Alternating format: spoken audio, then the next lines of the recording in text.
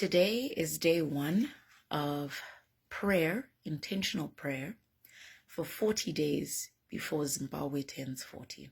On the 18th of April 2020, we turn 40 as a nation. And what that means is 40 years ago, inspired by the Zimbabwe ruins that are such a symbol of Zimbabwe's beauty, power, and heritage, we named our country. And as we've seen biblically, when Nehemiah was rebuilding the ruins of Israel's walls, we as Zimbabwe, we've reached that transition and that moment. Biblically, the number 40 is significant for a major transformation. And what I'm getting is that we have an opportunity and we have a huge moment to partner with God in seeing true change in our country. And I know it's hard for a lot of people to even think about change and hope because they've been disappointed so many times. But this time it's different. It's not like every other time because nothing lasts forever. And we have spent 40 years and we get to start again. Life begins at 40 and it's the same for Zimbabwe. But it's not going to happen organically. We need to be praying, fasting, being intentional about it. So if this is something that's resonating with you, I have some ideas about that. And I mean, some of these ideas are spiritually led. So I'd really love for people to partner. But to talk more about some of the ideas,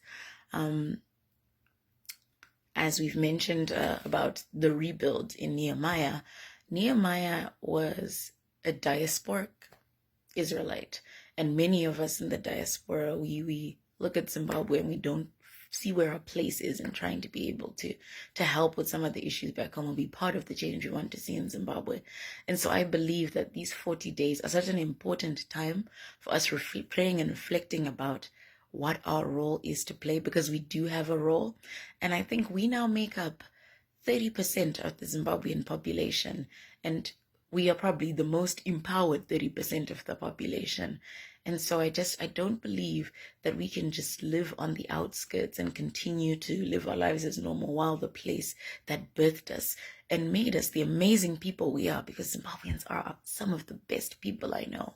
I don't believe that our lot is just to watch and to be mournful and sympathetic. I believe there's power in corporate prayer, and this is such a pivotal moment for that because of the significance of 40 for 40.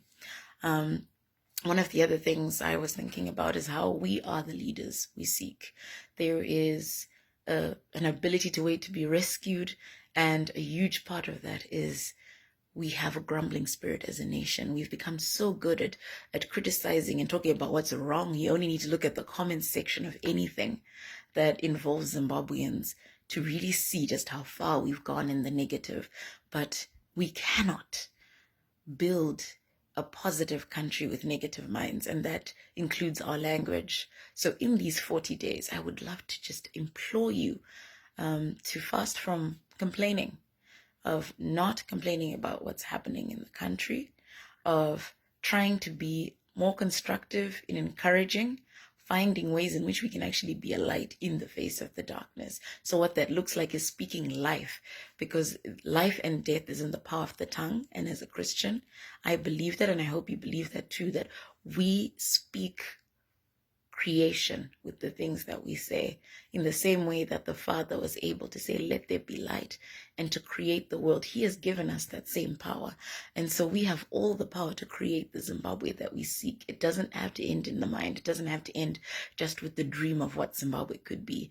I mean, I have seen it, and I know it is not just possible, but probable. And you can partner in that. So I'd really love for you to join us on this prayer journey, and in this journey to discernment, and actually really getting deep down into what we can do for Zimbabwe.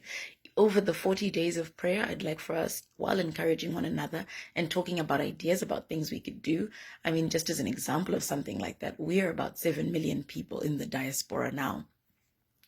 If each person even gave $1 to something in Zimbabwe, that's $7 million that would help people not die of starvation or drought in Zimbabwe.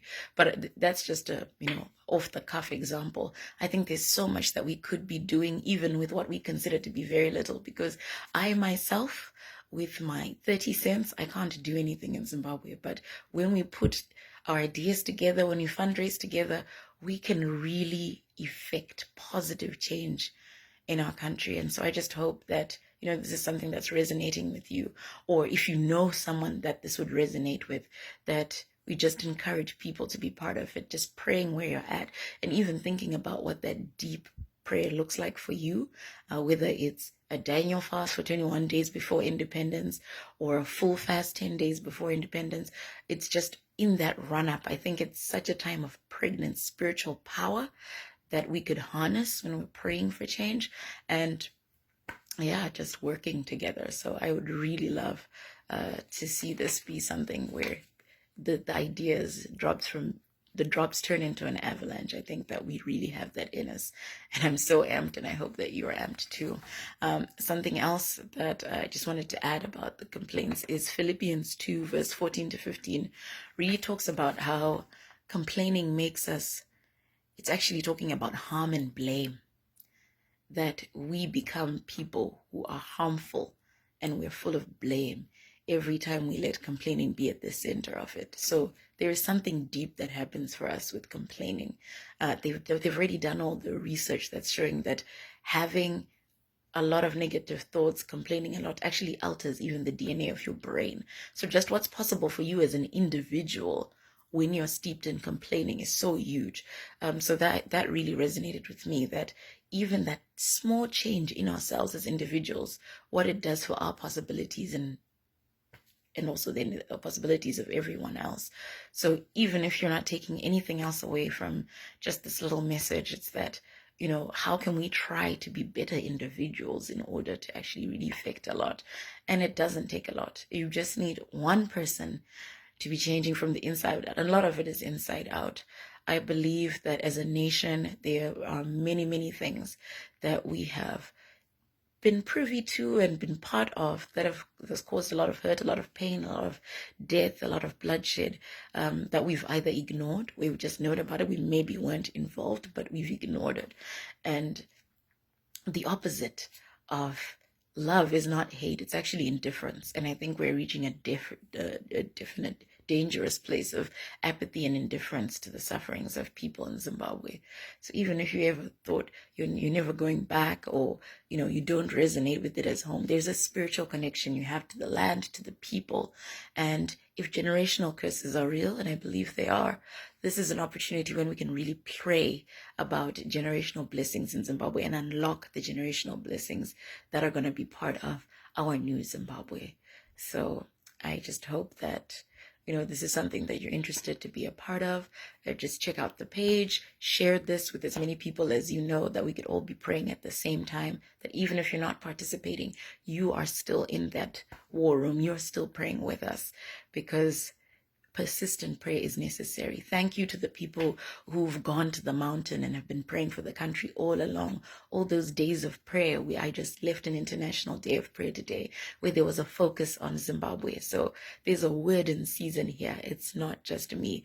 There's so many of us. So I hope that we all emerge and we just show up for our country. Thanks for listening.